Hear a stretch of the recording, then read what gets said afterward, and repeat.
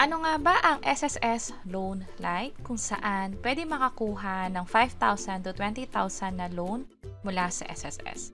By the way, kung first time mo sa channel natin at gusto mo pa ng mga online tutorial videos katulad nito, please click the subscribe button. Dito sa SSS, pwede tayong mag-apply ng loan, salary loan, calamity loan, pension loan, at depende na rin sa naging contribution mo, yung pwedeng maging maximum amount na pwede mong i-loan dito. At ngayon nga, nag-release na rin ng panibago pang loan ang SSS.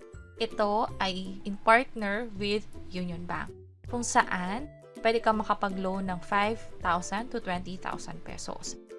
Ito ay short-term loan lamang kung saan pwedeng bayaran in the next 15 to 90 days or 3 months. Nababagay dito yung mga biglaang gastos, halimbawa, na-delay sa sahod, o nagkaroon ng biglaang gastusin, may kailangang ipaayos sa bahay, at walang mapagkukunan, kaysa nga naman umutang sa mga institusyon o sa mga loan sharks na hindi natin kilala o hindi mapagkakatiwalaan, pwedeng malapitan ang SSS at Unionbank para dyan. Nag-o-offer ito ng 8% na interest rate per year. Meron ding service fee na reasonable naman daw or mababa. At ang kagandahan pa dyan ay digital yung application. Ibig sabihin, gamit lang yung online account mo o yung cellphone mo, pwede nang makapag-apply ng loan dito. At pwede siyang ma-credit or ma-transfer agad yung pera doon sa in-enroll mong disbursement account or sa Union Bank o di naman kaya sa My SSS card ng SSS.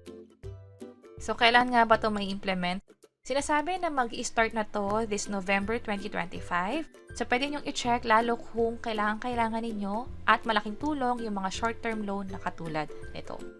Sana nakatulong tong video na to. Kung oo, pakiclick ang like button at para sa iba't ibang mga tutorial videos, pwede nyo i-check ito nasa baba. Sana makatulong and see you sa mga next videos. Bye-bye!